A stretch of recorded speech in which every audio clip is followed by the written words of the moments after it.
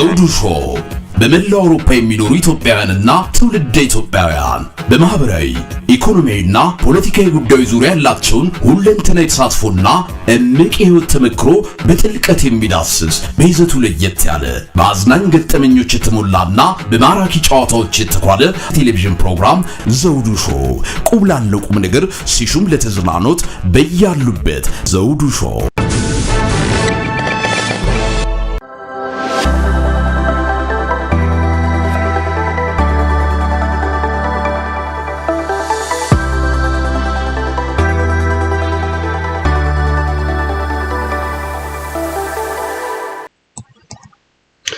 ሰላም ጤና ይስጥልን ክቡራን ተመልካቾቻችንና አድማጮቻችን ዘውዱ መንግስቴ ነኝ ከዚህ ከአገር እንግሊዝ የዝግጅት ክፍላችን ከናንተ ክቡራን ተመልካች አድማጮቻችን ጋር የምናደርገውን ቆይታ ዝግጅቶቻችንን አጠናቀን መተናል። እናንተም አብራችሁን ቆይታ እንደምታደርጉ ተስፋ እናደርጋለን። የዛሬ ዝግጅታችን እንደተለመደ ሁሉ እንግዳ ጋብዘንላችኋል። ከእንግዳችን ጋር ሰፊ ውይይት እናደርጋለን። የዛሬ እንግዳችን ለዘውዱ ሾው ሚዲያ የመጀመሪያቸው ባይሆንም ግን በኢትዮጵያ ጉዳይ ላይ ሰፊ ስራ ከሚያከናውኑት በውጭ ከሚገኙት ማህበራቶች ቀዳሚ የሆነው በጣም በርካታ ጉዳዮችን በሀገራችን ጉዳይ ላይ እየሰራ የሚገኝ ተቋም ነው። ታዲያ በዚህ ድርጅት ላይ ይህንን ካቋቋሙት መካከል መስራችና እንደዚሁም ፕሬዝዳንት ሆነው በማገልገል ላይ የሚገኙት የዛሬ እንግዳችን መስፍን ተገኑ ናቸው። እኚህ እንግዳችን ከአሜሪካ አገር ከ30 ዓመታት በላይ ቆይታ አድርገዋል። ግን የሀገራቸው ጉዳይ ዛሬም ከሚያንገበግባቸው ኢትዮጵያኖች ቀዳሚ ናቸው። ኢትዮጵያ ውስጥ እየተከሰተ ያለው የሰብአዊ መብት ጥሰት፣ የሰው ልጆች መብት ዲሞክራሲ ማጣትና ፍትህ መጓደል እጅግ ስለሚቆጫቸው በዚህ ምክንያት ተቋሙን መሰረቱት። ከዛሬ 4 ዓመት በፊት ኢፓክ ትልቅ ስራ ሰርቷል። እስካሁን በአሜሪካን ውስጥ አሉ ከሚባሉት የኢትዮጵያ ተቋማቶች ቀዳሚው ነው። የኢትዮጵያ አሜሪካን በምርጫ በሚከናወንባቸው ጊዜ ከአንድም 2 ጊዜ ይህንኑ የምርጫ እንቅስቃሴ ውስጥ ተሳትፎ አድርገዋል ኢፓክ። በዚህም እነሱ ኖሚኔት ያደረጓቸው ወይም ለምርጫ ካቀረቧቸው መካከል 95ቱ ተመራጭ ሆነዋል። 95% እጅግ የሚገርም ነው። እንዴት አድርገው መልምለውና አጣርተው ምን ያህል ውጤታማ ይሆናሉ የሚለውም በማጥናት ባደረጉት ስራዎቻቸው ነው ውጤታማ ሆነው ዛሬም በዘንድሮም ዓመት በተደረገው ምርጫ ላይ ከፍተኛ ቁጥር ያላቸውን ወይም እነሱ ኖሚኔት ያደረጓቸው ለአሜሪካን ምርጫ አልፈዋል። ታዲያ በተለያየ ጊዜያቶች የሀገራቸውን ጉዳይ እየተከታተሉ በተለይም ኢትዮጵያ ውስጥ ፍትህ እንዲመጣ የሚያደርጉት ጥረት አሁንም ቀጥሎ ይገኛል። እንደምታስታውሱት ከዚህ ቀደም በተለይም ኖ ሞር የሚለው እንቅስቃሴ ዓለምን እያንቀሳቀሰ ኢትዮጵያኖችን በያሉበት ቦታ ሆነው የሀገራቸው ጉዳይ ላይ ሰፊ ስራ ከሰሩት ውስጥ አንዱ ይህ ነው። ታዲያ ይህን ኖ ሞር እንቅስቃሴን በመመስረትና ወደ ህብረተሰቡ በመግባት ሰፊ ስራ ካከናወኑት አንዱ የዛሬ እንግዳችን የሚመሩት ኢፓክ እንደሆነ ይታወቃል። በተለይም የአሜሪካ ሴናተሮች ጉዳይ የሚመለከታቸው የኮንግረስማኖችን እና ሌሎችንም ከ300 በላይ ከፍተኛ የአሜሪካን ባለስልጣናቶችን በኢትዮጵያ ጉዳይ ላይ አወያይተዋል፣ አነጋግረዋል። መፍትሄ የሚመጣበታቸውን ጉዳዮች ሁሉ በጥልቀት አስረድተዋል። ኢትዮጵያ ውስጥ ያሉትን ችግሮች በማስረዳት በኩል እያደረጉ ያለው አስተዋጽኦ እጅግ የሚደነቅ ነው። ከ22 በላይ ስቴቶችም ላይ ቻርተራቸውንም አቋቁመዋል። በርካታ ስራ እየሰሩ ናቸው። በተለይም በወጣቶች ላይ በአሁኑ ሰዓት ትኩረት በማድረግ በተለይም ወጣቶቹ በአሜሪካ ግዛት እያሉ በሀገራቸው ጉዳይ ላይ ትኩረት ሰጥተው እንዲንቀሳቀሱ በሴኔተርነትና በኮንግረስማንነትም ይገቡ ዘንድ የበኩላቸውን ጥረት እያደርጉ ዘንድ አሁን ኢፓክ እየሰራ ያለው ነገር እጅግ የሚደነቅ ነው። በተለይም ወጣቶቹ በሀገራቸው ጉዳይ ላይ ኮንሰርን እንዲያደርጋቸው በዛው በሀገሪቱ ቋንቋም ጭምር ስለ ኢትዮጵያ ያለውን የሰብአዊ መብት ጥሰት በተለይም በንጹሃን ላይ እየተደረገ ያለው ጭፍጨፋ በተመለከተ ወጣቶቹ በርካታ ስራዎችን እንዲሰሩ እያደረጉ ነው የሚገኘው ኢፓክ። ታዲያ በዚህ ሁኔታ እየሰራ ያለው ይህ ተቋም 3 ሪዞሉሽኖችንም ነው ያሳለፈው። በኢትዮጵያ ጉዳይ ላይ ሰክሰስፉል ወይም ውጤታማ የሆነ ስራዎችን ሰርተዋል። አሁንም ይህ እንቅስቃሴያቸው በተጠናከረ ሁኔታ እንደሚቀጥል ነው የሚታወቀው። እንግዲህ በሚሰሯቸው በርካታ ስራዎች ላይ አሁንም እያገለገሉ ስላሉትና በተለይም ለዛሬ የጋበዝኳቸው ዋና ምክንያቶችን የምንወያይባቸው በኢትዮጵያ በትላንትናው ዕለት ሄደው ዛሬም ጭምር በመስቀል አደባባይ በመስበክ ላይ የሚገኙት ግራም ምን ሊያደርጉ ነው ሄዱት? እውን መንፈሳዊ አገልግሎት ለመስጠት ወይስ አብይ አህመድ የፈለገውንና ያቀደውን ስራ ሊሰራበት ይሆን? እኚህ ሰው ምናልባት ሀሳባቸው እንዳያስቀይሩና ሌሎች የተሳሳተ መረጃዎችን እንዳያገኙ ኢፓክ ጠቅላላ በርካታ መረጃዎችን ጭምር አቀብሏቸዋል፣ በደብዳቤም ጭምር። የዛሬ እንግዳችን አቶ መስፍን ተገኑ በዝርዝር ስላሉት እንቅስቃሴዎች ያወያዩናል። ክቡራን ተመልካች አድማጮቻችን አሁንም ከእንግዳችን ጋር የምናደርገው ውይይት እንድትከታተሉ በማክበር እየጋበዝኩኝ ወደ እንግዳችን እናመራለን። በጣም ከልብ አመሰግናለሁ አቶ መስፍን ተገኑ ለዘውዱ ሾው ሚዲያ እየቀረቡ በተለይም እያከናወናችሁ ያላችሁትን ስራዎች በማካፈል በኩል በእውነቱ እጅግ የሚደነቅ ነው። የተወሰኑትን ነገሮች ነው ለተመልካች አድማጮቻችን ለማካፈል የሞከርኩት። እጅግ በጣም በርካታ ስራዎች እንደሰራችሁ አውቃለሁና ምናልባት እርሶም የተወሰነ ነገር ሊጨምሩበት ይችላሉ። እስካሁን ከሰራችኋቸው ስራዎች በርካታዎቹ ናቸውና በማስከተል እንግዲህ ወደ ሌሎች ጉዳዮቻችን እናመራለን። ስለ ጊዜዎትና ለዚህ ቃለ ምልልስ ፈቃደኛ ስለሆኑ እጅግ ከልብ አመሰግናለሁ። እግዚአብሔር ይስጥልኝ።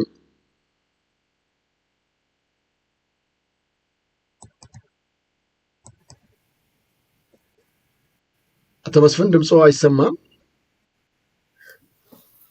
አሁን ይሰማል? አሁን ይሰማል። ይቀጥሎሽ። እሺ፣ ጤና ይስጥልኝ ወንድሜ ዘውዱ፣ በጣም ስለጋበዝከኝ በጣም አመሰግናለሁ። እግዚአብሔር ይስጥልኝ። በጣም አመሰግናለሁ። እንግዲህ ኢፓክ ከተቋቋመ ከ4 ዓመታት በላይ ሆኖታል። በተለይም ዋናው የተቋቋመበት በሀገሪቱ ውስጥ የሚገኘውን ወይም የሚስተዋለውን የፍትህ እጦት፣ የዲሞክራሲና የነፃነት እጦቶችና ሌሎችንም በንጹሐን ላይ የሚደረገውን ጭፍጨፋ የተመለከተ መፍትሄ ያመጣ ዘንድ የበኩላችሁን ጥረት እያደረጋችሁ ነው የምትገኙትና በእውነቱ በጣም እናመሰግናለን። እንደው አሁንም ያለው ኢትዮጵያ ውስጥ ያለው ውዝግብ እየከፋ የመጣበት ሁኔታ ይስተዋላል። በአሁኑ ሰዓት ኢትዮጵያ የሚገኙት ግራም እንደሚያውቁት እርሶ ተንቀሳቅሰዋል። በዚህ ጉዳይ ላይ ደብዳቤ ጽፏል። እናንተ ድርጅት ምንድን ነው ያነሳሳው ይህንን ደብዳቤ ለመጻፍ? እስቲ ከዛን ጀምር። እሺ፣ አመሰግናለሁ። እንደገና እንግዲህ እንደምታውቀው የሬቨረንድ ግራም ወደ ኢትዮጵያ መሄዳቸውን ስንሰማ አንድም ሀሳባችን ውስጥ የመጣው እኚህ ሬቨረንድ ስለ ኢትዮጵያ ምንድን ነው የሚያውቁት? ብዙ ጊዜ ውጭ ያለን ኢትዮጵያውያን ስለ ሀገራችን ጉዳይ ጠዋት ማታ ስለምናስብና ጉዳዩን በቅርብ ስለምንከታተል ሁሉም ሰው ስለዛ የሚያውቅ ይመስለናል። ብዙ ሰዎች ምን እንደሚካሄድ እያወቁ አይደለም። እንደምታውቁት ዓለም ላይ ብዙ ነገር እየሆነ ነው በአሁኑ ጊዜ እና ራሳችን ካላሳወቅን በስተቀር የሚያውቁት ነገር የለም እና የእኚህ ሰው ወደ አዲስ አበባ መሄድና ይህንን ስብከት ለመስጠት መዘጋጀት በተጨባጭ የኢትዮጵያን ሁኔታም ተገንዝበው እንዲሄዱ ያስፈልጋል በሚል እምነት ነው። እንግዲህ እኚህ ሰው የዋይት ሃውስ ፌት ኦፊስ የሚባል አለ። ከዛ ቢሮ ጋር ቅርበት አላቸው። ከፕሬዚዳንት ትራምፕ ጋርም ቅርበት አላቸው እና አዲስ አበባ ሄደው እንደዚሁ ትክክለኛ ያልሆነ መረጃ ተሰጥቷቸው ኢትዮጵያን ወይም የኢትዮጵያን ሕዝብ ያለውን ሰቆቃ ወደ ሌላ እንዲመለከት ተደርጎ በሐሰት መተው እዚህ ትክክለኛ ያልሆነ መረጃ እንዲሰጡ አልፈለግንም። ስለዚህ ነው ዋናው ዓላማው ያንን ደብዳቤና ለሳቸውም ያላቸውን ኢንፍሉዌንስ በመረዳት ያላቸው ሊኖራቸው የሚችለው ፕሬዚዳንቱ ላይ ያላቸውን ኢንፍሉዌንስ በመረዳት ይህንን ለማድረግ ይህን በዛ ምክንያት እዚህ ጋር የጻፋችሁት ደብዳቤ በአጋጣሚ አግኝቼዋለሁኝና በዝርዝር ለማስረዳት ሞክራችኋል። ለመሆኑ ይሄ ደብዳቤው እርግጠኛ ነኝ ያው ከእርሶ ድርጅት የወጣ ነው፣ እርሶ የጻፉት ይመስለኛል፣ ወይም የእርሶ ተቋም። ልክ ነኝ?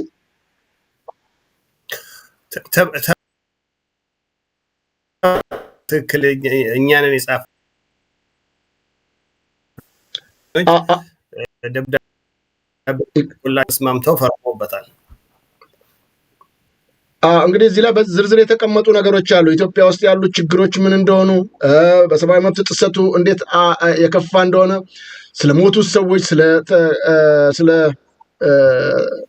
ጉዳት የደረሰባቸው አብያተ ክርስቲያናቶች፣ መስጊዶች ጭምር ሳይቀር በዝርዝር ነው ያስቀመጣችሁት። ምናልባት ይህ መረጃ በቀጥታ ለሳቸው ደርሷቸው ይሆን? ምናልባት መረጃው ይኖሮታል አቶ መስፍን? አለኛው እንግዲህ አንደኛ ደብዳቤውን ስንጽፍ የሬቨረንድ ግራም አባት የዛሬ 60 ዓመት ኢትዮጵያ ሄደው ነበረ እና ኢትዮጵያ ሄደው ግርማዊ ኃይለ ሥላሴ ንጉሠ ነገሥቱ ተቀብለዋቸው በክብር ከዛም ስቴዲየም ውስጥ ትምህርት ሰጥተው ከዛ በኋላ ወደ ነው የተመለሱት። ከተመለሱ በኋላ በ1966 ቀዳማዊ ኃይለ ሥላሴ ወደ አሜሪካ ለጉብኝት በመጡበት ጊዜ የኒው ሬቨረንድ ጋብዘዋቸው የቺካጎ የሚገኘው የነሱ በዓል ላይ ተገኝተው ለንግግር አድርገዋል እና እዛ ንግግር ላይ የሬቨረንድ ግራም አባት እንዴት አይነት ትልቅ ሰው ንጉስ እንደሆኑ፣ ኢትዮጵያ እንዴት አይነት ትልቅ የክርስቲያን ሀገር እንደሆነች፣ እኚህ ደግሞ የክርስቲያን የክርስቶስ ተከታይ ንጉስና አፍሪካ ውስጥ ያለውን የዓለም ጥንታዊ ቤተክርስቲያን ያለባትን ሀገር የሚመሩ እንደሆኑና ለዚህም ታላቅ ክብር እንዳላቸው አስረድተው በዚሁ ምክንያት ስብሰባችንን እንዲከፍቱልን ብለው ጋብዘዋቸው በዛ ጊዜ ስብሰባቸውን ከፍተውላቸዋል። እና የኢትዮጵያ ሕዝብ እነዚህን የሃይማኖት መሪዎች ሲቀበል የመጀመሪያው ጊዜ አይደለም። አንድም ይሄን እንዲታወቅ ፈልገናል። ሁለተኛው ደግሞ አሁን ያኔ አባትየው ሲሄዱ የነበረበት የኢትዮጵያ ሁኔታና ዛሬ ልጅየው ሲሄዱ ያለበት ሁኔታ በጣም የተለያየ ሁኔታ እንደሆነ ደግሞ እንዲያውቁትም ማድረግ አስፈላጊ ሆኖ አግኝተነዋል እና ለዚህም ነው በዝርዝር የገለጽ ነው። አንደኛ በኢትዮጵያ ኦርቶዶክስ ቸርች ላይ የደረሰው በክርስቲያን ላይ እየደረሰ ያለው ሁኔታ በእስላም መስጊዶች መቃጠል ላይ እየደረሰ ያለውና አማኙ ህዝብ ላይ በአጠቃላይ በክርስቲያንና እስልምና ሃይማኖት ላይ እየደረሰ ያለው ጥቃት የሃይማኖት ሰው ናቸውና ሊገነዘቡትና ይሄ ሁኔታ አግባብ እንዳልሆነ እንዲገባቸው ያስፈልጋል።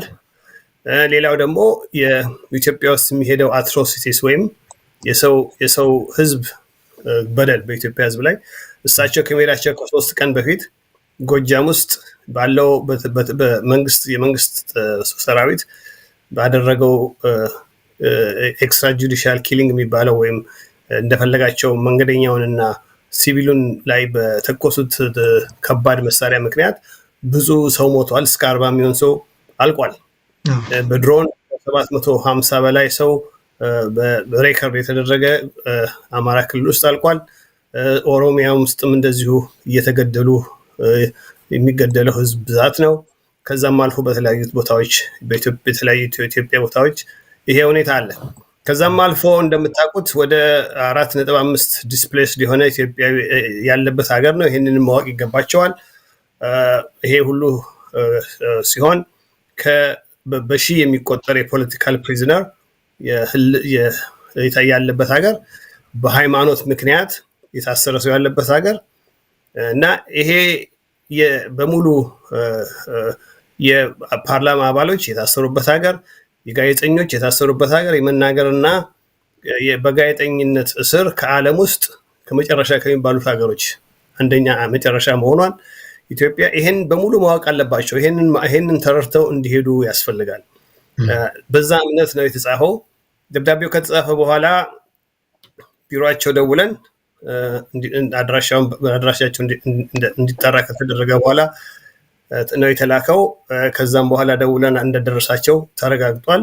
ደብዳቤው ደርሷቸዋል፣ አይተውታል እና ከዚህ በኋላ እንግዲህ ከኢትዮጵያ ሲመለሱ እንደ አስፈላጊነቱ አስፈላጊው ክትትል ይደረጋል ማለት ነው። አመሰግናለሁ አቶ መስፍን። ምናልባት ሲመለሱ እንደገና በአካል ተገናኝታችሁ በጉዳዩ ላይ ለመወያየት የታቀደ ነገር ይኖራል? አዎ፣ ሲመለሱ እንግዲህ አንደኛ የፕሮቴስታንት ሃይማኖት ተከታዮች የሆኑት ኢትዮጵያውያን የኢትዮጵያ ሁኔታ በጣም ያሳስባቸው ሁኔታው ያሳዘናቸው ወገኖቻችን በዚህ ሁኔታ ላይ ይሄንን እንደሚ አግባብ ባለው ሁኔታ ከሳቸው ጋር ግንኙነት ማድረጉ ላይ እንደሚተባበሩ እና እንደሚፈልጉም ነግረውናል። ኤፓክ ያንን ስብሰባ ለማቀናጀት ስራ ይሰራል። ከዛም አልፎ ከነዚሁ ከኢትዮጵያን አሜሪካንስ ከዚህ ሀገር ካሉት እንደዚሁም መላው የሰው ልጅ ደህንነት ይመለከተኛል ከሚል ከማንኛውም አሜሪካዊ ጋር አንድ ጋር በመሆን እሳቸውን ለማነጋገር እና ከእሳቸው ጋር ስለ ሁኔታው ተከታታይ ንግግር ለማድረግ ፕላን አለን። እሱንም እናደርጋለን።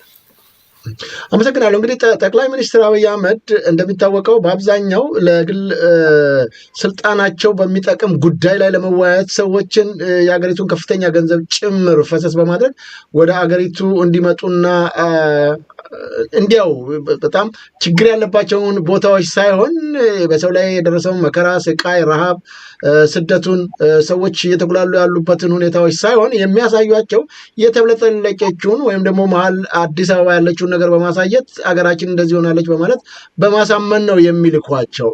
በጣም ብዙ ስህተቶች እንደሚፈጽሙ ይታወቃል። እንደሚያውቁት በቅርቡ በተለይ በዚህ ይሄ በራሳቸው ወገን ላይ በራሳቸው ህዝብ ላይ ጭፍጨፋ ለሚያደርጉበት ከፍተኛ የጦር መሳሪያ አምርተናል የማለት ሐሳብ ሁሉ አቅርቧል። ይህንን በተመለከተም ያቀረቡትን የተሳሳተ መረጃ አሁንም አጠናክረው ይቀጥላሉ የሚሉ ወገኖች አሁንም ቁጥራቸው እየጨመረ ነው የሚመጣው። እንደሚያውቁት በዛሬው ዕለት ጭምር ሳይቀር በሚያሳዝን ሁኔታ የድሮን በራሳቸው ወገን ላይ አደጋ የሚያስከትለውንና በሰዎች ወይም ሀገር መሪዎች የመጀመሪያ ቀዳሚ ተግባራቸው የሚሆነው ለህዝብ የሚጠቅሙ ጉዳዮች ላይ መሰረተ ልማት የሕክምና ተቋማቶች ላይ ወይም ዩኒቨርሲቲዎች ላይ ወይም ደግሞ የመሰረተ ልማት አውታሮች ላይ ነው የሚያተኩሩት። እሳቸው ግን ሁልጊዜም የሚሰሩት መሳሪያ ነው። እንደሚያዩትም ድሮንን እያመረትን ነን፣ እንደውም ለሌላም አገልግሎት እናውላለን። የሚያዩት እንግዲህ በዛሬው ዕለት የተመረቀ ነው። እንደዚህ አይነት ስራዎችን የሚሰሩ ናቸው። ባለፈውም እንደዚሁ የጦር መሳሪያ እያመረትን ነው። ከፍተኛ የጦር መሳሪያ ከዚህ ቀደም ጥይት ፋብሪካዎች አልነበሩም። አሁን ግን እነዚህን ሁሉ ከፍተናል በሚል በምስሉ ላይ እንደሚያዩት ሲቀሰቅሱ እንደነበረ ይታወቃል። እና አሁንም ተመሳሳይ ሁኔታ ይፈጥራሉ፣ ሰዎችን ያሳስታሉ የሚሉ ሰዎች ስጋት አለባቸው። በዚህ ላይ እርሶስ ስጋት አይኖርቦትም? እኚህን የሃይማኖት መሪ ወይም አባት ግራምን ለማሳሳት ስራ ይሰራሉ የሚሉ ወገኖች አሉና የእርሶስ በዚህ ጉዳይ ላይ ያሉት ጥርጣሬና ግምት ምን ይመስላል? እውን እኚህ የሃይማኖት አባት በተገቢ ሁኔታ እናንተ የሰጣችኋቸውን መልእክቶች ሄደው ከጠቅላይ ሚኒስትሩ ጋርና ከሚመለከታቸው የመንግስት ባለስልጣናት ጋር ሲሞግታሉ ብላችሁ ተስፋ ታደርጉ ይሆን? እንግዲህ ዋና ደብዳቤው ሲዘጋጅ ሀሳብና ስጋት የነበረውም አሁን ያልከው ነው። እንግዲህ አንድ ሰው በ1956 ዓ.ም የተመሰረተን ፋብሪካ ከ2 ዓመት በፊት ነው የተመሰረተው ብሎ በአደባባይ የመናገር ድፍረት ካለው እንግዲህ ይሄ እንግዲህ የሚታወቅ ነገር ነው። ከውጭ ለመጣ ምንም ለማያውቅ ሰው ምን ሊሚችል መዘንጋት አይቻልም። እና ዋናው እዚህ ጋር ሀሳባችን እና አሁን አንተ እንዳነሳውም እንደው አስጊ ሆኖ ያገኘነው ነገር እኚህ ሰው ከዋይት ሃውስ ጋር ቅርበት አላቸው። የተነገራቸውን ነገር ይዘው ያልተረጋገጠ ነገር ይዘው እንዲሄዱ አልፈለግንም። በዛ ላይ ደግሞ እንደምታውቀው የአሜሪካን ፖሊሲ በአሁኑ ጊዜ በከፍተኛ ለውጥ ላይ ነው ያለው። የተለያየ አይነት ፍልስፍና የሚከተል አስተዳደር ነው የመጣው እና በዚህ ጊዜ አስፈላጊ ያልሆነ ኮንፊውዥን እዛ ተፈጥሮ አንዳንድ እንደዚህ በውሸት የተሞላ ሁኔታ አሁን የዓለም ባንክ እንደሚያደርገው አይነት ነገር እንዲደገም ስለሚያስፈልግ ይህንን ለማሳወቅ ነው። እና እንግዲህ አንድም እንግዲህ ደብዳቤው መልእክቱ ይሄው ነው። ሁለት እንዲደርሳቸውም አረጋግጠን ከይሄንን ለኛ በ3 ነው የተጻፈው ደብዳቤው ለሳቸው የደረሳቸው ያለታውኑ ነው። ለህዝብ ወጪ እንዲሆን ያደረግነው በ7 ነው። እና ይሄ ደብዳቤው በደንብ መድረሱ ከተረጋገጠ በኋላ ነው። እና ዋናው ዓላማው እሱ ነው። እንዳልኩም ቅድም ከዛም በኋላ አስፈላጊ የሆነ ክትትል የሚደረገው ይሄ እንደዚህ አይነት ውስጠት እንዳይሰራና በኢትዮጵያ ላይም በኢትዮጵያ ህዝብ ላይም በዛው በሆርን ኦፍ አፍሪካ ላይም የአፍሪካ ቀንድ ላይም የተሳሳተ ፖሊሲ ወደ ማውጣት እንዳይኬድ ያንን ለማገት ታስቦ የተደረገ ሙከራ ነው። በጣም አመሰግናለሁ። እንግዲህ ሰፊ ስራ ሰርታችኋል። በኢትዮጵያ ላይ በሚደረጉት ግፍ የተሞላባቸው ተግባሮች ላይ ስራም ሰርታችኋል። ከዚህ ቀደም ለመግለጽ ሞክሬያለሁ። ከ3 በላይ ሪዞሉሽንም እንዲተላለፍ አድርጋችኋል። ምናልባት ለተመልካች አድማጮቻችን እነዚህ የተላለፉት ሪዞሉሽኖች ከ3 ያላነሱት እንደው ምንድን ናቸው? ምንድን ነበር የተደረጉት ስራዎች? እንግዲህ ስራዎቹ እንግዲህ በዚህ አሜሪካን ነገር የመንግስት ስርዓት እንደምታውቁት የህግ አስፈጻሚና ህግ አውጪዎቹ የተለያየ ስልጣን ያላቸው ኤግዚኪቲቭ የሚባለው ወይም አስተዳዳሪዎቹ ደግሞ እንዲሁ የራሳቸውን የቻለ ስልጣን፣ ሶስቱም የተለያየ የራሳቸው ስልጣን አላቸው። ሶስቱም ለየብቻቸው መወሰን የሚችሉት ነገር አለ እና ከሶስቱንም አካሎች ጋር ሁኔታውን ማስረዳት ያስፈልጋል። አንዱ ብቻ አውቆት የሚሆን አይደለም። በተለይም የህግ አውጪዎቹና የአስተዳደር ስራ ላይ ያሉት ስቴት ዲፓርትመንት እና ዋይት ሃውስ፣ የገንዘብ ሚኒስትሩ፣ የዲፌንስ ሚኒስትሩ፣ የኢንቴሊጀንስ ስራ የሚሰሩ ሰዎች እነሱ በአስተዳደር በኩል ያሉት፣ እንደዚሁም ደግሞ በኮንግረስ በኩል በሴኔትና ሃውስ ውስጥ ያሉት ደግሞ ተመራጮች ህጎች ሁኔታውን ማወቅ አለባቸው። ከዛ ነገሩ አሰራሩ የተቀናጀ ቢሆንም ግን ራሱን የቻለ ሁሉም የየራሱ ስልጣን አለው። ስለዚህ በሁለት ቦታ ከፍለን አንደኛ ህግ አውጪዎቹም ናቸው ገንዘብ የሚፈቅዱትም ህግ አርቀውም የሚያሳልፉትም እነሱ ያወጡት ህግ ከጸደቀ በኋላ አስተዳዳሪዎቹ መከተል አለባቸው፣ ግዴታቸው ነው። ስለዚህ ከነሱ ጋር ብዙ ጊዜ ያሳልፈናል። እንግዲህ ቅድም እንዳልከው ይቅርታ ከ330 በላይ የኮንግሬሽናል ሊደርስ ባለፉት 3 ዓመት ተኩል ውስጥ አነጋግረናል እና ይሄው እንግዲህ ዋናው አንደኛ ለኢትዮጵያ የማይጠቅሙ ህጎች እንዳይወጡ፣ ለኢትዮጵያ ህዝብ የኢትዮጵያን ህዝብ የሚጠቅም ለኢትዮጵያን እንደ ሀገር መደገፍ የሚችሉ ህጎች ግን እንዲወጡ ማድረግ ነው። እሱ ላይ ብዙ ስራ ተሰርቷል እና አሁንም በአዲሱ ኮንግረስም የሚቀጥል ይሆናል እና የኢትዮጵያን አካውንታቢሊቲ አክት ወይም በኢትዮጵያ ውስጥ ለሚሆነው ነገር ተጠያቂነትን የሚያመጣ ህግ የሚል ስራ ባለፈው ዓመት ተጀመራል። እሱ ይቀጥላል ዘንድሮ። እንግዲህ ከእነዛ ሪዞሉሽኖቹ በተለያዩ ስቴቶች ያለፉ ሪዞሉሽኖች ናቸው። አንዱ ፊላደልፊያ፣ ሌላው ካሊፎርኒያ ውስጥ እና ሪዞሉሽኖቹ የሚሉት በኢትዮጵያ ያለው ሁኔታ ልክ አይደለም፣ በሃይማኖት አባቶች ላይ እየደረሰ ያለው በደል፣ በኢትዮጵያ ህዝብ ላይ እየደረሰ ያለው በደል፣ በሲቪሊያን ላይ ያለው የመብት መጣስ፣ እነዚህ በሙሉ አሳስበውናል እና የአሜሪካን ሀገር የውጭ ጉዳይ ሚኒስትር ይህንን ሁኔታ በመመልከት የሚያስፈልገውን እርምጃ መውሰድ ይገባዋል የሚሉ ናቸው። እንግዲህ እነዚህ ሪዞሉሽኖች ከየስቴቶቹ ሲመጡ እዚህ ለአስተዳደር ውስጥ ያሉትን ሰዎች ግፊት ጫና ያበዛባቸዋል።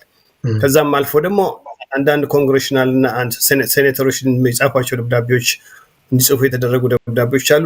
እነሱ ያጭነው የህግ አውጪ ላይ አድሚኒስትሬሽኑ ላይ መስመር የያዘ ስራ እንዲሰሩ ያደርጋል በሚል ነው። ያ በዛ በኩል ሲሆን በኮንግሬስ በኩል ደግሞ ይህን ቅድም ያልኩትን ህግ እንዴት ነው ለማውጣት በተለያዩ ኮሚቴዎች ሰራታል። ኮሚቴ ውስጥ ነው የሚሰራው።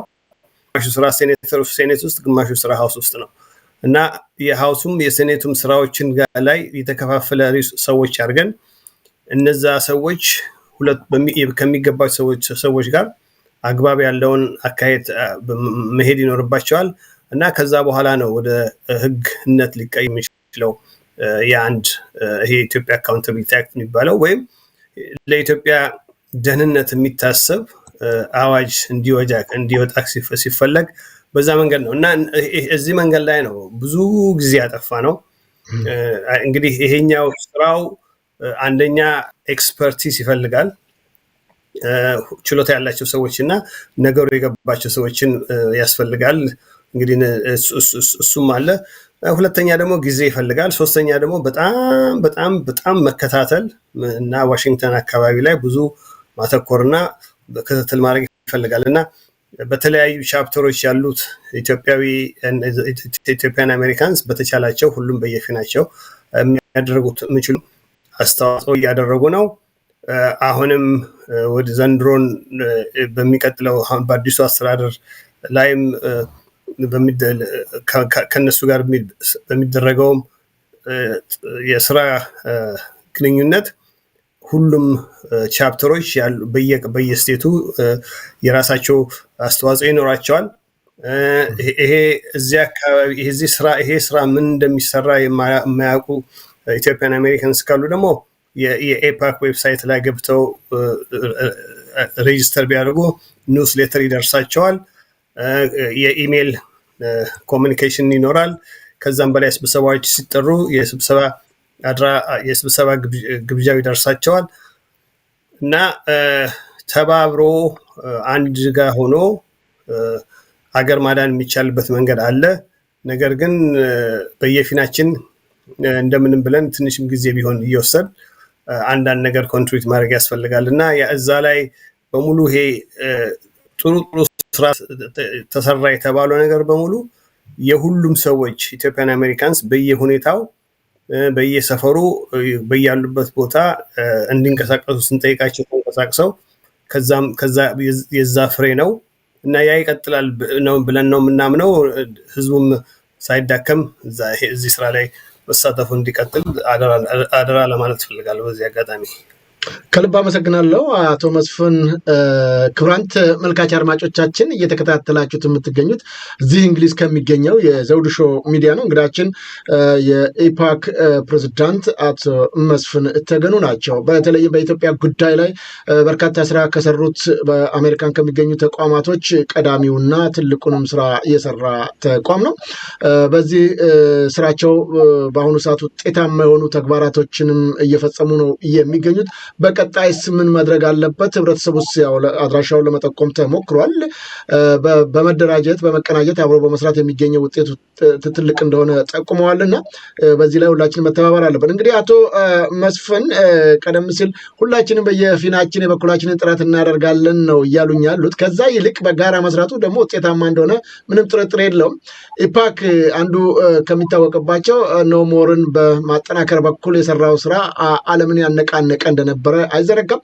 እናም ይህንን ልምዳችሁን እውቀታችሁን ተጠቅማችሁ በተጨማሪም በሀገሪቱ ውስጥ በአሁኑ ሰዓት የሚደረገውን ግፍ የበዛበትን የሰው ልጆች ሞት፣ እንግልት፣ ስደት፣ መከራ የበዛበትን ጉዳይ በመቃወም በኩል እየተሰራ ያለ ስራ በደንብ አይስተዋልም የሚሉ ወገኖች ቅሬታ ያቀርባሉና ይህንን ማድረግ ያልተቻሉባቸው ምክንያቶች ምንድን ናቸው? ለምንድን ነው ህብረተሰቡ ተሰብስቦ በጋራ ሆኖ ይህንን የማያወግዝበት ወይም በዓለም ዙሪያ የተቃውሞ ሰልፎችን ልክ እንደ ኖ ሞር እንደተደረገው ማድረግ ያልተቻለው ምክንያት ይኖር ይሆን? እባክዎትን። እንግዲህ ጥሩ ጥያቄ ነው። ይሄንን ማድረግ ለምን አልተቻለም የሚለው እንግዲህ በእውነቱን ለመናገር የሶሻል ሳይንስ ሪሰርች የሚሰሩ የሂውመን ሳይኮሎጂ ሪሰርች የሚሰሩ ሰዎች ብዙ አጥንተው መጽሐፍ ሊጽፉበት የሚችል ነገር ነው። ይሄ በአሁኑ ጊዜ ያለውን ሁኔታ እየተረዱ በአንድ መንገድ ነው የሚሄደው። የተለያዩ ድርጅቶች አሉ። አሁን ኤፓክ እንግዲህ ከኤፓክ ጋር የሚሰሩ ሰዎች ድርጅቶች ተባብረው የሚሰሩ ድርጅቶች ናቸው። ግን ይሄንን በአጠቃላይ ግን በኤፓክ በኢትዮጵያዊነት የተደራጁ አሜሪካንስ እና ዓላማውም እዛ ላይ ያተኮረ ነው እና በተለያየ ሁኔታ ግን የተደራጁ ኦርጋናይዜሽኖችም አሉ እና እንትናቸውን ስታየው የዓላማችሁ ምንድን ነው ሲባል እያንዳንዱ ድርጅት ዓላማው አንድ አይነት ነው። ኢትዮጵያ ውስጥ ሰላም ማምጣት፣ ሰላም ማስፈን፣ ኢትዮጵያ ውስጥ ዲሞክራሲ እንዲመሰረት መሞከር፣ የኢትዮጵያ የሚገበልበት ሀገር እንዲሆን የፕሬስ የመናገርና የመጻፍ ነጻነት ያለበት ሁሉም አላማቸው አንድ ነው እና ታዲያ እንዴት ነው ለምንድን ነው እሱ 30 ወይም 40 የሆናችሁት ሲባል መልስ የለም እና እንግዲህ አንድ የተረዳ ነው አንድ ያለ ነገር እንደው እኔ ብዙ ሰዎች የገባቸው ነገር ቢኖር እነዚህ የተለያዩ ድርጅቶች ላቸውን ችለው የሚሰሩት ስራ ትንሽም ቢሆን እሱን ኮንትሪቢዩት የሚያደርጉትን ያህል ኮንትሪቢዩት ማድረግ መቻላቸው መጥፎ አይደለም። ነገር ግን ሁሉም አንድ ጋር ወደ አንድ በቃ በአንድ አቅጣጫ መሄድ ቢችሉ የተሳካ ውጤት ማምጣት ይችላሉ የሚል እምነት አለ እና ይሄ እንግዲህ እያንዳንዱ ሰው ወይም ድርጅት ያለውን ድርጅቱን እንደያዘ ሆኖ ማለት ነው። ግን አንድ በአጠቃላይ በህብረት አብሮ መስራትና 10 ሰው ዲፕሎማሲ ላይ ኤክስፐርቲስ ኢኖረኝ 10 ድርጅት የተለያየ ነገር ይዞ ወደ ኢንተርናሽናል ዲፕሎማቲክ ፎረሙ ከመሄድ በአንድ ጋር ሆኖ መሄድ ይቻላል። 10 ሰው የተለያየ ሁኔታ ላይ አንድ አይነት ነገር ለማድረግ በተለያየ አቅጣጫ ከመሄድ አንድ ጋር መሄድ ይቻላል በሚል እምነት አለ። በዚህ እምነት መሰረት እየተነጋገሩ ያሉ ኦርጋናይዜሽኖች አሉ። ይሄንን እኛም ኤፓክን ኢንዶርስ እናደርጋለን። ህዝቡን የተለያዩትን ድርጅቶች አንድ ጋር በማሰባሰብ በመሰረታዊ እምነት ላይ በመስማማት አብሮ በመስራት አገር ላይ ያለውን ሁኔታ ማሻሻል የሚቻልበት መንገድ አለ፣ መለወጥ የሚቻልበት መንገድ ይኖራል እና እንደዛ አይነት ሁኔታ እየተፈጠረ ነው የሚል ተስፋ ነው ያለን። ለመስራት እየሞከሩ ያሉትንም ሰዎች ማበረታታት፣ አብሮ ከነሱ ጋርም በተደራጀ ሁኔታ መስራትም ያስፈልጋል የሚል እምነት አለን። እንግዲህ ለምንድን ነው የሆነው? ለምን እስካሁን አልሆነም? በእውነቱ ዘውዱ ለሁሉም ሰው አልገባ ያለ ጥያቄ ነው እና ራሱን የቻለ የብሔራዊ የተፈጥሮና የአስተሳሰብ ጥናት የሚያደርጉ ሰዎች ሪሰርች ሊያደርጉበት የሚገባ ነገር ነው ለወደፊቱ። ከልብ አመሰግናለሁ አቶ መስፍን። እንግዲህ እንዳሉት ነው በዚህ ጉዳይ ላይ አሁንም ጠንክሮ እስካልተሰራ ድረስ የሚመጣው ውጤት ያው አናሳ ነው የሚሆነው። በሚሞቱት በሚፈናቀሉት ወገኖቻችን ላይ አደጋው እየጨመረ እንደሚሄድ ምንም ጥርጥር የለውም። እንግዲህ ቅድም ለመግለጽ እንደሞከርኩት እንደሚያስታውሱት ለሁለት ምርጫዎች ተሳትፎ አድርጋቸዋል። ከ90 እስከ 95% ያሉ እናንተ ኖሚኔት ያደረጋቸዋቸው የምርጫ ውድድሩን አልፈዋል። አሁን እንግዲህ አንዳንድ ፖሊሲዎች ዶናልድ ትራምፕ ከመጡ በኋላ የሚቀረጽ እንደሚሆንና በኢትዮጵያ ላይ የሚጠቅሙ ነገሮችም እንደሚኖሩ ተስፋ እናደርጋለን ብለዋል እና ምናልባት እነዚህን ያስመረጣችኋቸው ሰዎች ጋር የመገናኘት እድል ከተመረጡ በኋላ ገጥሟችሁ ይሆን? ከገጠማችሁስ ምንድን ነው የተደረገ ነገር? ከሌለስ ለወደፊት ምን አቅዳችኋል፣ አስባችኋል? እኛ ባሰብነው ባቀድነው መሰረት ኖሚኔት አድርገን ለእናንተ ይህንን ጥረት በማድረግ መመረጣችሁ ይታወቃልና ስለዚህ ይህ ነገሮች እንዲደረጉ ለሀገራችን እንፈልጋለን የሚል ውይይቶች ከነሱ ጋር ስለማድረግ የታቀደ ነገር ይኖር ይሆን? አመሰግናለሁ። በጣም ጥሩ ጥያቄ ነው። እንግዲህ እነዚህ የተመራጮች ሰዎች ሲመረጡ የኢትዮጵያን ኮከስ የሚባል ዩናይትድ ስቴትስ ኮንግረስ ውስጥ አለ። የኢትዮጵያን ኮከስ ውስጥ ለመግባት ፈቃደኛ ናችሁ ጥያቄ ልከንላቸው ፈቃደኛ ብለዋል ሁሉ። አንድ እንግዲህ ኮከሱን ማጠናከር ነው። አሁን ያው አዲሱ መንግስት ከተቋቋመ 2 ወር ነው፣ 2ኛ ወር መሆኑ ነው። ገና መጨረሻ 1 ወር ከምናምን ነው። ገና እየተረጋጋ ነው ያለው። በተለይ የኮንግሬሱ ያው ተረጋግቷል፣ ግን የአስተዳደሩ አድሚኒስትሬሽኑ ገና ምንም አልተረጋጋም። አሁንም ገና ሰዎች እየተሾሙ ነው፣ ሰዎች እየተሻሩ ነው። እንደዚህ ያለበት ሁኔታ ነው ያለው። ምንድነው አላማችን? አንደኛ ህግ አስፈጻሚዎችን ህግ አውጪዎችን በሚመለከት በአፍሪካ ቀንድ ላይ ሰላም መምጣት የሚችልበት መንገድ ምንድነው? በአፍሪካ ቀንድ ላይ ሰላም መምጣት የሚችልበት መንገድ የአፍሪካ ቀንድ ያንን በዛ አካባቢ ያለውን አስተዳደር አግባብ ያለው አስተዳደር እና ትክክለኛ መንግስት አስተዳደር የሚኖር ከሆነ ነው ብለን እናምናለን። እና ያንን ነገር ማድረግ የሚቻለው እንዴት ነው? እሱ ላይ ነው ከህግ አውጪዎቹ ጋር ውይይት የተጀመረው። እንደው የሚገርምህ ነገር ደግሞ ሌላው ለምሳሌ አሁን ድረስ እስካሁን ይሄ ምርጫ እስከተካሄደበት ድረስ እና ዴሞክራቶቹ ከቢሮ እስከወጡበት ጊዜ ድረስ የአሜሪካን የውጭ ፖሊሲ የስቴት ዲፓርትመንት ፖሊሲ ኢትዮጵያን በዘር የከፋፈለ ነበር። በስብሰባ ሲጠሩም በዘር ነው የሚጠሩት እና እኛ 3 ዓመት ሙሉ ልክ አይደላችሁም ብንላቸውም ብዙም ጦርነት ከመጨቃጨቅ በስተቀር አልቀየሩልንም ነበረ። አሁን ቢሮ ውስጥ ያሉ ሰዎች አንደኛ ትራንዛክሽናል ናቸው። ምንድነው አንድ ግንኙነት ለማድረግ ምንድነው ለአሜሪካ የሚጠቅመው ነው? ይሄን መመለስ ካልተቻለ ምንም ኢንተረስት የላቸውም። በዛ ምክንያት ከነዚህ ሰዎች ጋር ከህግ አስፈጻሚዎች ከአስተዳደሩ ሰዎች ጋር እንዴት ምንድነው ትክክለኛው አፕሮች እና በዘር የተዋቀሩት ድርጅቶች የነበሩት እና ዋሽንግተን የነበሩትን ጋር ተገናኝተን በጣም ጥሩ ውይይት ነው የተደረገው። ሁሉም እዛ እኛ ደብዳቤ ላይም ያሉ ድርጅቶችም አሉ፣ ከዚህ ኢናክሎ ላይም አሉ። በአጠቃላይ የስካውን ድረስ በስቴት ዲፓርትመንት በዘር ሲያሰባስበን የነበረው ልክ አይደለም እና ካሁን በኋላ እንደውም መጠቀሚያ ሆነናል እስከ ማለት የሚደርሱ ይሄ በእውነቱ ትልቅ ለውጥ ነው። እነዚህ እንግዲህ እንደዚህ ነን እያሉ በግድ እንደሱ ካልጠራችሁን እያሉ ሲሰበሰቡ የነበሩ ሰዎች ናቸው።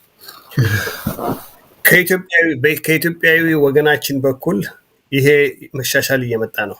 በዘር አታሰባስቡን፣ እኛ ኢትዮጵያውያን ነን ብለዋል ሁሉም። ዛሬ ባለፈው ጊዜ ሲዋጉ የነበሩ በየተለያየ ኤትኒክ ግሩፕም አሰባስቧቸው የነበሩ ሰዎች ኢትዮጵያውያን ነን እና አሁን በሚቀጥለው ሳምንት ለምሳሌ ስብሰባ እናደርጋለን ከስቴት ዲፓርትመንት። ይሄ መጀመሪያ መሆኑ ነው። አዲሱ መንግስት ከተመረጠ ገና የአፍሪካ ኃላፊ ሰዋል፣ ግን ካሉ ሰዎች ጋር መገናኘናል እና እዛ ላይ መጀመሪያ የምንነግራቸው ነገር ያንን ፖሊሲያችሁን ከአሁን በኋላ መከተል አንፈልግም ነው እና እንግዲህ ስብሰባ እንዴት እንደሚሄድ እናያለን። እነሱም ቢሆኑ የፕሬዚዳንት ትራምፕ በአሁኑ ጊዜ ትራንዛክሽናል ናቸው። ምንድነው የሚጠቅመው ምንድነው የማይጠቅመው? 5 ሳንቲም ማወጣ ከሆነ ምንድነው የማገኘው ነው ጥያቄያቸው። በዛ ላይ ደግሞ የአፍሪካ መሪዎች ህዝቦቻቸውን እያሰሩ ገንዘብ ሲሰጣቸው ጥይት ገዝተው ሲቪሊያኖችን እየገደሉ ከነሱ ጋር ለምንድነው የምነጋገረው ያሉበት ሁኔታ አለ እና ከነዚህ ሰዎች ጋር እኔ ምንም ጉዳይ የለኝም። አገር ቢዝነስ የሚሰሩ ሀገሮች ከሆኑ የኢኮኖሚክ ዲቨሎፕመንት ያለበት ሁኔታ ከሆነ ከዛ ጋር መነጋገር እንችላለን እና ይሄ ስለሆነ እየመጣ ያለው ፖሊሲ አሁን የኢትዮጵያን እኛ ይህንን አመት ስለ ኢትዮጵያ እድገትና ከኢትዮጵያ ጋር ስላለ ግንኙነት መሻሻል ስንወያይ የምንነጋገርበት ቀጥታ ልክ ድሮ ኤፓክ እንደፈለገው ኢትዮጵያዊ በሆኑ ሰዎች በኢትዮጵያዊ ላይ በተመሰረተ አጀንዳ በሀገር አቀፍ በዜጋ ፖለቲካ እና ኢትዮጵያን አንድ ሀገር አንድ ህዝብ ግን የተለያዩ የሚያማምሩ ብሔረሰቦች ያሉበት ግን ዩናይትድ የሆነ ኢትዮጵያ ብለን ከሚያነጋግሩ ሰዎች ጋር ነው የምንነጋገረው። እንደዚህም ብለን ነው የምንቀርበው ካሁን በኋላ። ባለፉት ዓመታት ለምሳሌ ኤፓክ የኢትዮጵያ ህዝብ እንደዚህ አይነት ኢሹ ደርሶበታል ሲል አንድ ግሩፕ ሄደና እኔ የዚህ ትራይብ ነኝ እንደዚህ ሆኛለሁ፣ አንድ ግሩፕ ሄደና እኔ ደግሞ የዚህ ትራይብ ነኝ እንደዚህ ሆኛለሁ እያለ የተለያየ መረጃ እየመጣ ተቸግረው ነበር ሰዎችም እና መጨረሻ ላይ ይተውታል። እንደዚህ ያ ሁኔታ በዚህ ዓመት አይቀጥልም ሚል በጣም ከፍተኛ ተስፋ አለን። በዚህ ሁኔታ ላይ ተሰማርተው የነበሩ ሰዎች ይሄንን ሁኔታ ከዚህ በኋላ እንደተጎዱ በአጠቃላይ በዓለም ላይ ያለ በኢትዮጵያ ከትግራይ ጀምሮ ከአማራ ክልል ውስጥ የሚደርሰው በደል፣ ኦሮሚያ ውስጥ የደረሰው እልቂት፣ ከዛም በሶማሌና በአፋር መካከል የደረሰው እልቂት እንደዚህ በቤንሻንጉል በኩል ያለው መዘዝ ያ ሁሉ ደቡብ ህዝቦች ላይ የሚደርሰው ያ ሁሉ ዞሮ የኤትኒክን የዘርን መሰረት ያደረገውን ፖለቲካ ከማራመድ አንጻር ከዛም አልፎ ባህር ተሻግሮ ያንን እንዲገፉ የተደረገበት ሁኔታ ስለነበረ ነው እና ያንን ለመግፋት ያንን ሐሳብ ለማራመድ አሁን ያን ጊዜ ሲያራምዱ የነበሩት ሰዎች እኛ የምናውቃቸው በቅርብ ፈቃደኞች አይደሉም። ሁለተኛ ተታለን እንደገና አንድ ጊዜ ተታልያለሁ፣ ሁለተኛ ገና አልታለልም። ካሁን በኋላ ዘመዶቻችን ወገኖቻችን ሲያልቁ እኛ ዝም ብለን ይሄንን የማይሆን ነገር እየተናገርን እስከ ማለት ተደርሷል እና ተስፋ ያለው ሁኔታ ነው የምለው። መተባበሩ ላይ መቀጠል ያለብን አንድ በሆነ እንደዚህ ባልተምታታ መንገድ ለህግ አውጪዎቹም የሆርን ኦፍ አፍሪካ የአፍሪካ ቀንድ ለእናንተ በአግባቡ ይሄን ካላደረጋችሁ ሰላም ካልሆነ መነገድና በዛ በቀይ ባህር መጠቀም ማትችሉ ከሆነ እንደ የመን ውስጥ ያለው ሁኔታ በኢትዮጵያ ውስጥ ችግር ቢፈጠር የዛን 10 ጊዜ ነው ችግሩ የሚብሰውና ይሄ ሁሉ ሁኔታ ለእናንተ አይጠቅማችሁም። ስለዚህ ሆርን ኦፍ አፍሪካ ላይ ሰላም ያስፈልጋል። አንደኛው ለነሱ ከራሳቸው ጥቅም አንፃር ነው ይሄ ነገር።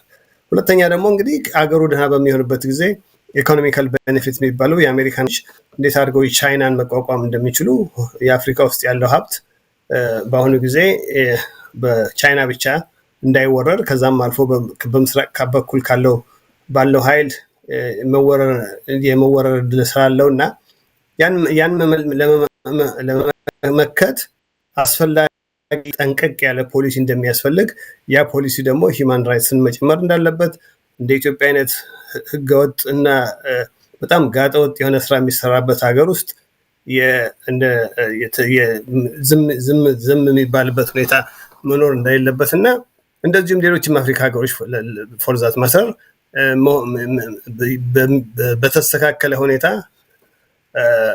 የአሜሪካንን መሰረታዊ ቫልዩ ወይም የሂውማን ራይት የሰብአዊ መብት ማስከበርን መብት መሰረት ሳይለቀቅ የትራንዛክሽናል ፖሊሲው እሱን ማራመድና ስለሱ መጻፍ የሚቻልበት ሁኔታ አለ ነውና እንግዲህ የሚቀጥለው የዚህ ዓመት ስራ አዲሱ በጣም ለየት ያለ ፖሊሲ ይዞ ከመጣ መንግስት ጋር ለየት ባለ ሁኔታ ተዘጋጅቶ ይሄንን ሁኔታ ተግባራዊ ማድረግ ይሆናል ማለት ነው። ከልብ አመሰግናለሁ አቶ መስፍን። እንግዲህ ይሄ የታሰበውና የታቀለው ነገር በዚህ ሁኔታ የሚቀጥልና በተለይም በዘር ቋት ውስጥ ተቀምጠው የነበሩ አካላቶች እርሱ አሁን እንደገለጹት ወደ ኢትዮጵያዊነትን መሰባሰባችን ጠቃሚና አስፈላጊ ነው ብለው ካመኑ እጅግ ውጤት ይኖረዋል ብሎ ይጠበቃል። መልካም ነገር ነው። ይሁን እንጂ አሁንም አንዳንድ ኢትዮጵያኖች ስጋት አላቸው። በተለይ በውጭ የሚገኘው ዲያስፖራ እርሶንም ተቋም ወይ ማህበርን ጨምሮ ሌሎችም ዝም ብሎ በርቀት ከመስራት በዘለለ ጠንከር ብሎ ባለመስራታቸው እንደው በመሬት ላይ ያለው የፋኖና ሌሎችም የሚያደርጉት የትጥቅ ትግል ውጤታማ ሆኖ እንኳን ወደ መሀል እየገፋ ቢመጣ አገሪቱን የሚያስተዳድርና በተገቢ መልኩ ሽግሩ እንዲቀጥል የሚረዳ ስራዎች እየተሰሩ አይደሉም። ማን ነው መንግስት ሊረከብ የሚችል ኃይል እስካሁን እኮ አይስተዋልም የሚሉ ወገኖች ቅሬታ ያቀርባሉ። ምናልባት እርሶንም ጨምሮ ሌሎች ማህበራቶች በዚህ ጉዳይ ላይ ምን ያሰባችሁት ነገር አለ? ጠንከር ያለ ፓርቲ ጠንከር ያለ ድርጅት ተቋቁሞ ነገሮች ገፍተው ሄደው ወደ መሀል ቢደርሱ ስርዓተ መንግስቱ የመቀየር ነገር ቢመጣ በጣም በርካታ ነገሮች መስተካከል የሚገባቸው አሉ፣ ከህገ መንግስቱ ጨምሮ የሽግግር መንግስትንም ለማቋቋም ጭምር ለመነጋገርም። ስለዚህ በዚህ ጉዳይ ላይ እየተሰሩ ያሉ ነገሮች አይስተዋሉም የሚሉ ወገኖች ስጋት አላቸውና በዚህ ላይ ምን እየተደረገ ያለ ነገር ይኖር ይሆን? ከሌለስ የእርሶንም ድርጅት ጨምሮ ሌሎችም ምን አስባቸው ይሆን? እንግዲህ ይህ አይነት ማንዴት የለውም። ካሁን ያልከውን አይነት ስራ ላይ ማንዴት የለውም ማለት የኢትዮጵያን ፍላጎት የኢትዮጵያን ኢንትረስት ለማስጠበቅ እና ኢትዮጵያውያን አሜሪካኖችን በማበረታታት እዚህ ሀገር ውስጥ ለውጥ ለማምጣት የሚችሉበት መንገድ መፍጠር ነው ዋናው ኢኤፓክ ስራ። እና ኢትዮጵያን እንዴት አድርገን ነው ካለችበት ማአት ውስጥ ማውጣት የሚቻለው የሚለውን ቅድም እንዳልኩ የዚህ ሀገር መንግስት ሊያደርግ የሚችላቸው ወይም ኢንተርናሽናል ኮሚኒቲው ሊያደርግ የሚችላቸው ነገሮች ላይ በማተኮር እዛ ላይ ነው በደንብ ፎከስድ የሆነ ስራ እየተሰራ ያለውና በዛ አንፃር በጣም ብዙ አኮምፕሊሽመንት ቅድም ከዘርዘርናቸው በተጨማሪ በየጊዜው በየወቅቱ ከአሜሪካን መንግስት ከዩናይትድ ኔሽንስ ከዩሮፒያን ዩኒየን ጋር ካሉ ከሚመለከታቸው ክፍሎች ሁኔታው እንዲያውቁ የሚደረገው ጥረት ቀጥሏል። ከዛ በተረፈ አሁን ያልከውን በጣም መሰረታዊ የሆነ ጉዳይ የሚመለከቱ ሰዎች የተለያየ ኦርጋናይዜሽኖች ብዙ አንዳንድ ስራዎች እየሰሩ እንደሆነ እናውቃለን። ይኸውም የተለያዩትን ግሩፖች የተለያዩትን ኦርጋናይዜሽኖች እንግዲህ ብዙም ሲቪክ እና አድቮኬሲ ኦርጋናይዜሽን በማሰባሰብ እንዴት ነው የሚሻለው? ሁላችሁም ወደ አንድ ጎዳና ነው የምትሄዱት እና ምንድነው መሀል ላይ ያለው ትክክለኛውና በማዕከላዊ መንገድ ይህን ነገር መምራት የሚቻልበት መንገድ ምንድነው? ማሸጋገርስ የሚቻለው እንዴት ነው የሚለውን የሚሰሩ ሰዎች አሉ። አንዳንድ ያለንም መረጃ እንደሚያመለክተው እኛም ለኤፓክም ቢሆን ለኢትዮጵያ ሰላም ለኢትዮጵያ ሕዝብ አንድነትና ለዓለም እንደዚሁም ለዚህ ከአሜሪካን ያለውን ሪሌሽንሺፕ አሻሽሎ ኢትዮጵያን ወደ ደህና መንገድ የሚያራምድ ተግባር መሆኑን የሚሰራበት ሁኔታ እስከተፈጠረ ድረስ ማድረግ የሚቻለውን ድጋፍ የማድረግ መብትም አለን። የኦርጋናይዜሽኑም ህግ ይፈቅዳል እና ይሄንን እያደረጉ እየሰሩ ያሉ ኦርጋናይዜሽኖች አሉ። እነሱን የሚሰሩትን ስራ በቅርብ እንመለከታለን። በሚደገፍበት ደረጃም እንደግፋለን እና እነዛ ሁኔታዎች በቅርቡ አንድ ማዕከላዊ የሆነ ካውንስል ተፈጥሮ ኢትዮጵያውያን በሙሉ ይህን በዘር በየሰፈር የተጠረቃቀመውን ትተው አንድ ሰብሰብ ባለ ሁኔታ መወያየት የሚችሉበት ፎረም ይኖራል የሚል ተስፋ ነው ያለው። እንግዲህ እሱን አብረን የምናየው ይሆናል። በጣም አመሰግናለሁ። ሀሳቡን እንግዲህ ምን ላይ እንዳለ ወደፊት ከሚመለከታቸው አካላቶች እርሶ እንዳሉት እንግዲህ ዝርዝር ጉዳዩን አያውቁትም። የእርሶም ተቋም ደግሞ ወይም ድርጅት ደግሞ በዚህ ላይ የመሳተፍ እንትኑ ከማገዝ በዘለለ ቀጥታ ፖለቲካዊ ጉዳዮች ላይ እንደማይሳተፍ ነው እየጠቆሙ ነው ያለው። ወደፊት በዛ ጉዳይ ላይ እንመለስበታለን። እንግዲህ አንዱ ከሚሰሯቸው ስራው ኢፓክ ወጣቶችን ቅድም ለመግለጽ ሞክሬያለሁ። ብዙ ስራዎች እየሰራችሁ ነው። ከሁለት ሀገራት በላይም ቻርተራችሁን አቋቁማችኋል። ወጣቶቹም ሰፊ ስራ እየሰሩ ነው ያሉት። አንዱና ቀዳሚው ነገር በተለይም ደግሞ በዚሁ በፓርላማ ውስጥ የመግባቱ ነገር ለኢትዮጵያ የሚጠቅማት እንደሆነ ይገመታል፣ ወይም ውጤታማም እንደሚሆን ምንም ጥርጥር የለውም። ወጣቶቹ እዚህ ውስጥ እንዲገቡ እያደረጋችሁ ያለው እንቅስቃሴ ምን ይመስላል? በዚህ ላይ ምናልባት ቤተሰቦች ራሳቸው ይህንን የዘውዱ ሾው ሚዲያ የሚከታተሉ ለልጆቻቸው እንዴት አይነት ድጋፍ ወይም ሰፖርት ማድረግ እንዳለባቸው ወደዚህ ወደ ፖለቲካ ውስጥ ገብተው እንደ ኢትዮጵያን አሜሪካን የሚሰሯቸውን ስራዎች እንዲሰሩ በእናንተ በኩል ምን መደረግ አለበት ትላላችሁ? ወጣቶች ውስጥ ተሳትፏቸው ይቀጥል ዘንድ ምን መደረግ አለበት? ቤተሰብ ውስጥ ጭምር በዚህ ላይ ልጆቻቸው እንዲሳተፉ ምን ይጠበቅባቸዋል? እስቲ ይህንንም አክለው ቢገልጹልን አቶ መስፍን።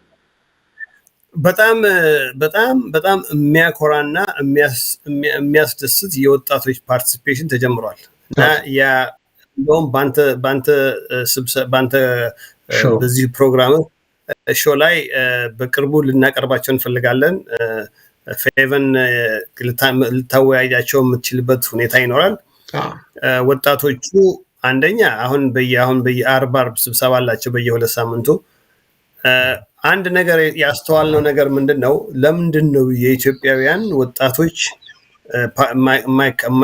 መካፈል ያቃታቸው፣ አክቲቭ መሆን ያቃታቸው? በተለይም እዚህ በየሀገሩ የተወለዱት ሲባል አንድም እነሱ እንደሚገባቸው አድርጎ የሚያስረዳቸው ሰው እንደሌለ ነው የገባ ነው። የኢትዮጵያን በጣም ስለ ኢትዮጵያ ሁኔታ ማወቅ ይፈልጋሉ፣ ግን ሊገባቸው አልቻለም።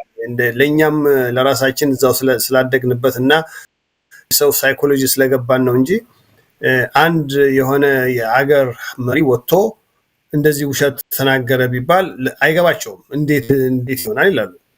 እና ያንን ሰው ብዙ አንድም እሱ ነው። እንዴት ነው ከዛ ሁለተኛ ደግሞ ብዙ ትዕግስት የላቸውም። እና ችግሩ ምንድነው ያለን እኛ ያለን ሮል ምንድነው ማድረግ ያለብን፣ እንዴት ነው የምናደርገው? ይሄን በደንብ አስተዋውቁን ነው የሚሉት። ይሄንን በደንብ ለማስተዋወቅ የማስተዋወቁ ስራ አንዴ ተሞክሮ የመጀመሪያ ወጣቶችን የማዋቀሩ ስራ በደንብ አልተሳካም ነበረ። ለምንድን ነው ብለን ስናስብ በኋላ እንግዲህ ድክመቱን ታውቆ አሁን ሁለተኛ የሚመሩት ልጆች በደንብ አድርገው ይዘውታል እና በቅርቡ ኢንተርቪውም ይሰጣሉ። ከቤተሰቦችም ጋር ለሌሎች ወጣቶችም መልእክቱን ያስተላልፋሉ። እንዳልከው እያንዳንዱ ቤተሰብ ይሄንን ልጆቻችሁን ይሄ ፖለቲካ ውስጥ አትግቡ ምናምን የማለቱ ነገር ብዙ ጥቅም የለውም። አንደርስታንድ አድርጎ ሀገር ማዳን ላይ የምታርጉ የማይሆን ስራ ስሩ ሳይሆን ሀገር የማዳን ኢንተረስት ካላቸው ፍላጎት ከሌላቸው የላቸውም። ግን ፍላጎት ያላቸው ልጆች ዲስካሬጅ ማድረጉ ጥሩ አይደለም። እነዚህ አሁን ኤፓክ ዩዝ ኮሚቴ የሚባለው ውስጥ ያሉት ወጣቶች ጠንካራ ስራ እየሰሩ ነው። ስብሰባዎች እያካሄዱ ነው።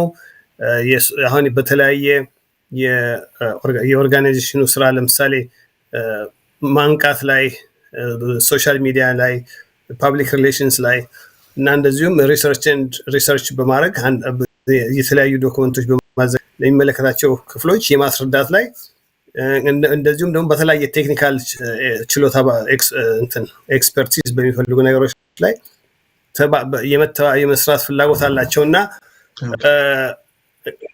በተቻለ መጠን እንግዲህ ልጆቹን ማበረታታት እንዳልከው፣ ሌላው ደግሞ እንዳልኩት በአንተም ፕሮግራም እንዲሁም በተለያዩ ፕሮግራሞች ላይ እንዲመጡ መጥተው ተመሳሳይ ልጆቹን በየሀገሩ ያሉትን ላይ ያሉት ልጆች ጋር እናደርጋለን እና በመጨረሻ አገሪቷን መረከብ ያለባቸው ወጣቶች ናቸውና እነሱን ማበረታታቱ አስፈላጊ ነው። በዛ ላይም ደግሞ ኢፌክቲቭም እና ደህና ስራ የሚሰራውም እንደሱ ሲሆን ነው።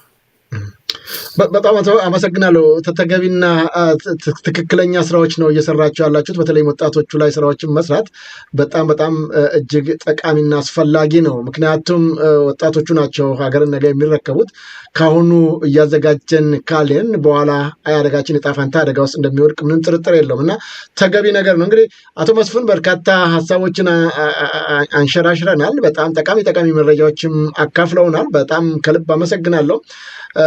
እንደው ለተመልካች አድማጮቻችን የሚያስተላልፉት መልእክት ካለ ድሉ ልርሶት። በተለይም ኢፓክን በተመለከተ እንዴት ነው መታገዝ የሚገባው፣ እንዴት ነው መረዳት የሚገባው የሚለውንም በተመለከተ ትንሽ ማብራሪያ ቢሰጡ።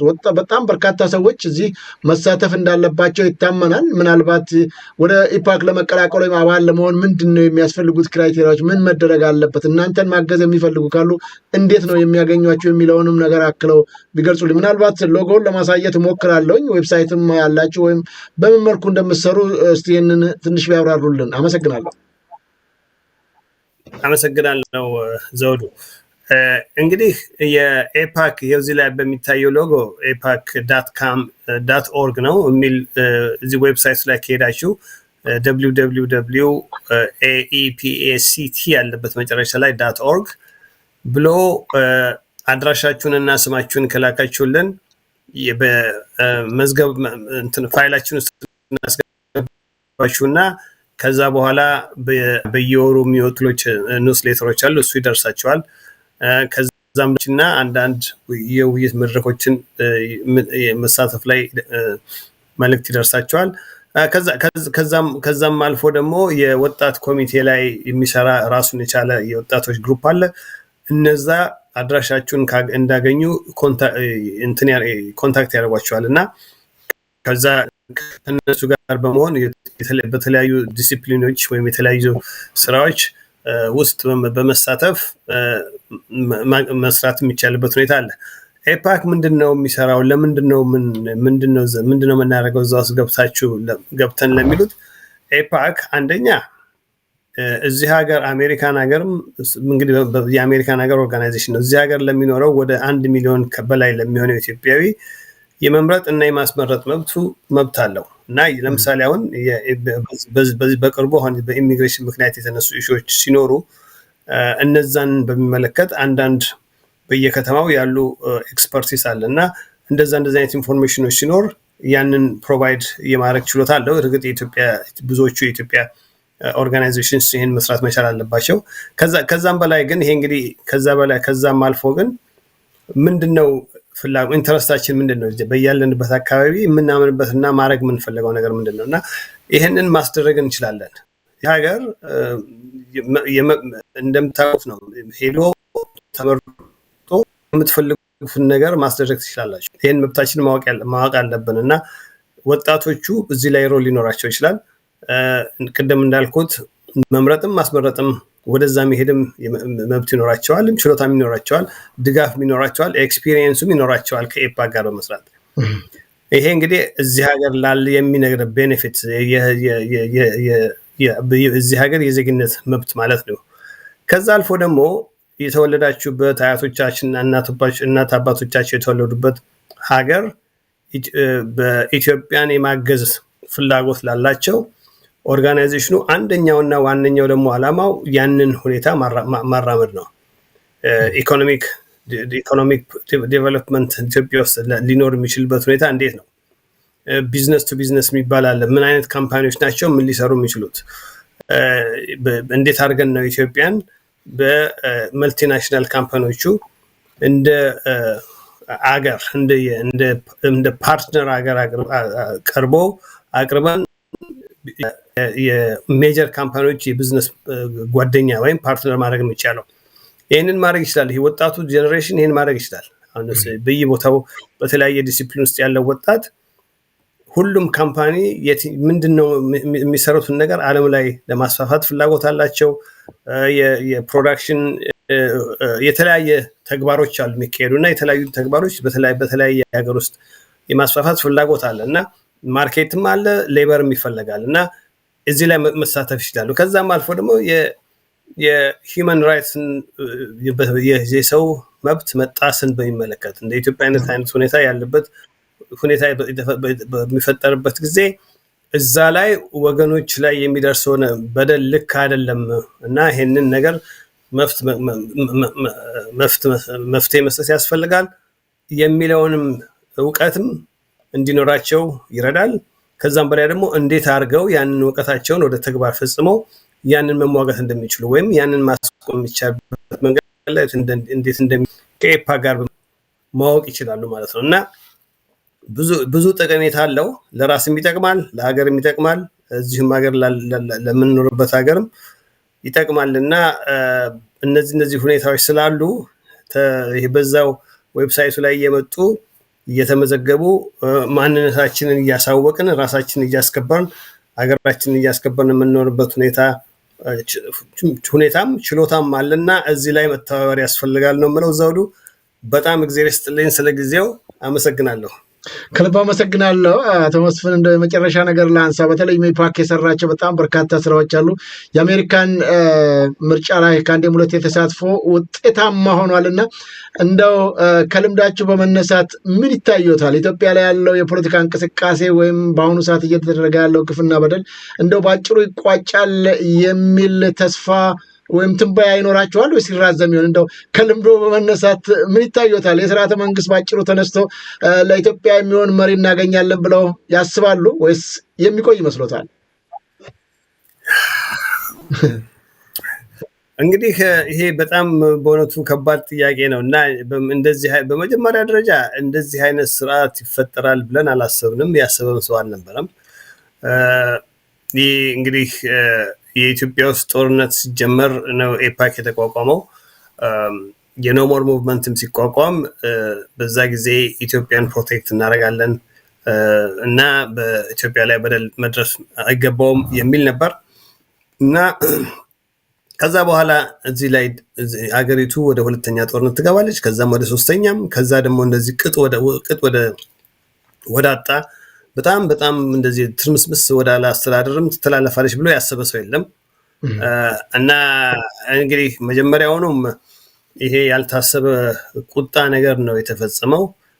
እንግዲህ ዘውዱ እውነቱን ለመናገር አንደኛ የኢትዮጵያን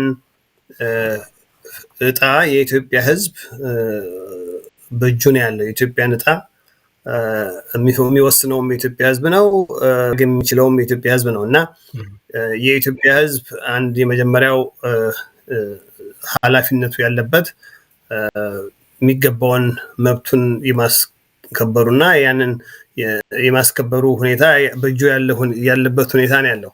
ከዛ አልፎ ይሄ ውጪ ያለው ሕዝብ በተባበረምና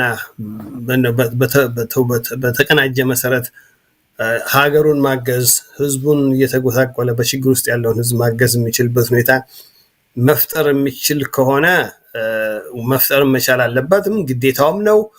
አሁን ይሄ በየፊናው ያለው ሁኔታ ትንሽ በሰል ባለ መንገድ ሁሉም ሰው ራሱን በግለሰብ ደረጃ እየገመገመ የሚደርሰውን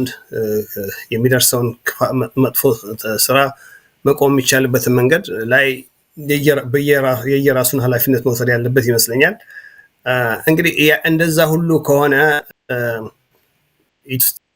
ናቀን መምጣት የማይችልበት ምክንያት አይታየኝም።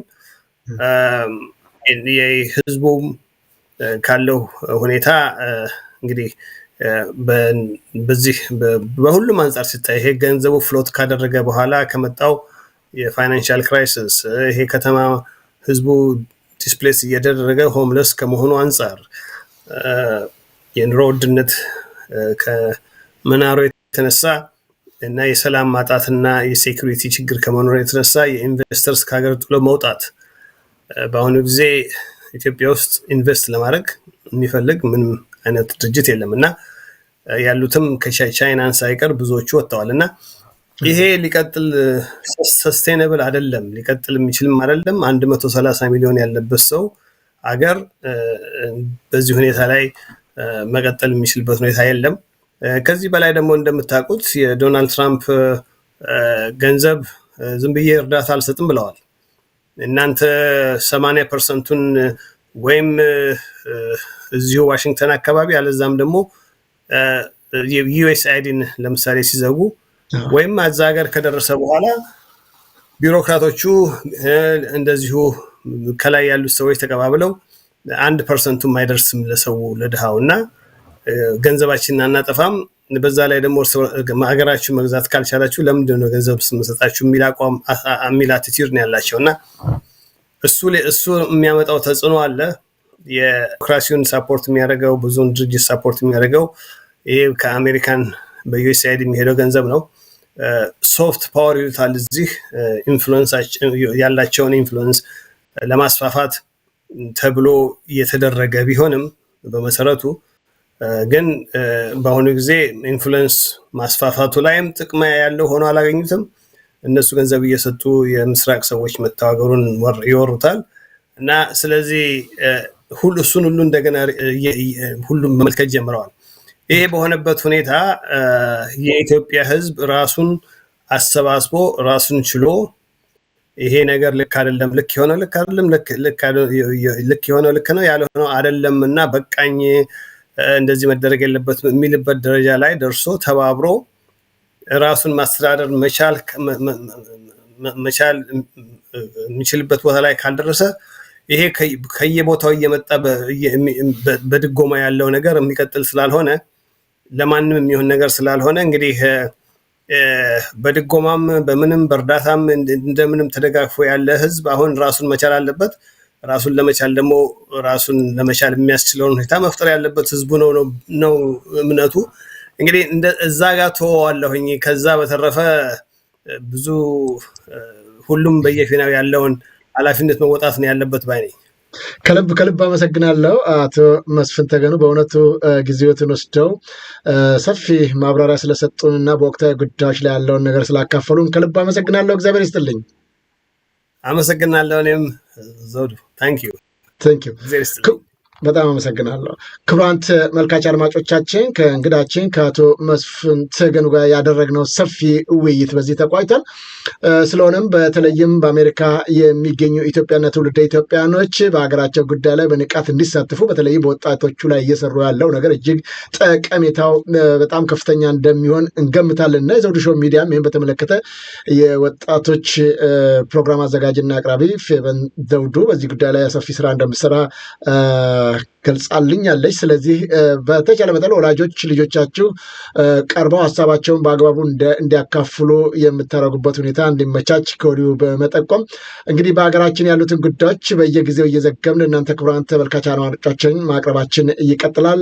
ሀገራችን ኢትዮጵያ ሰላም እስከሚመጣ ድረስ ሁላችንም የበኩላችንን ጥረት ማድረግ ይገባናል። መሰባሰብ፣ መገናኘት፣ አብሮ መሆን ምንም አማራጭ የሌለው ለሀገር ጠቀሜታ ያለው ጉዳይ ነውና አሁንም በሀገራችን ጉዳይ ላይ በንቃት እንሳተፍ እያልኩኝ የዛሬን ዝግጅት በዚሁ ቋጨን። ከአቶ መስፍን ተገኑ የኢፓክ ፕሬዝዳንት ጋር ያደረግነው ውይይት በዚህ ቋጭተናል። በሌላ ጊዜ በሌላ እንግዳ እስከምንገናኝ ሰላም ጤና ይስጥልኝ።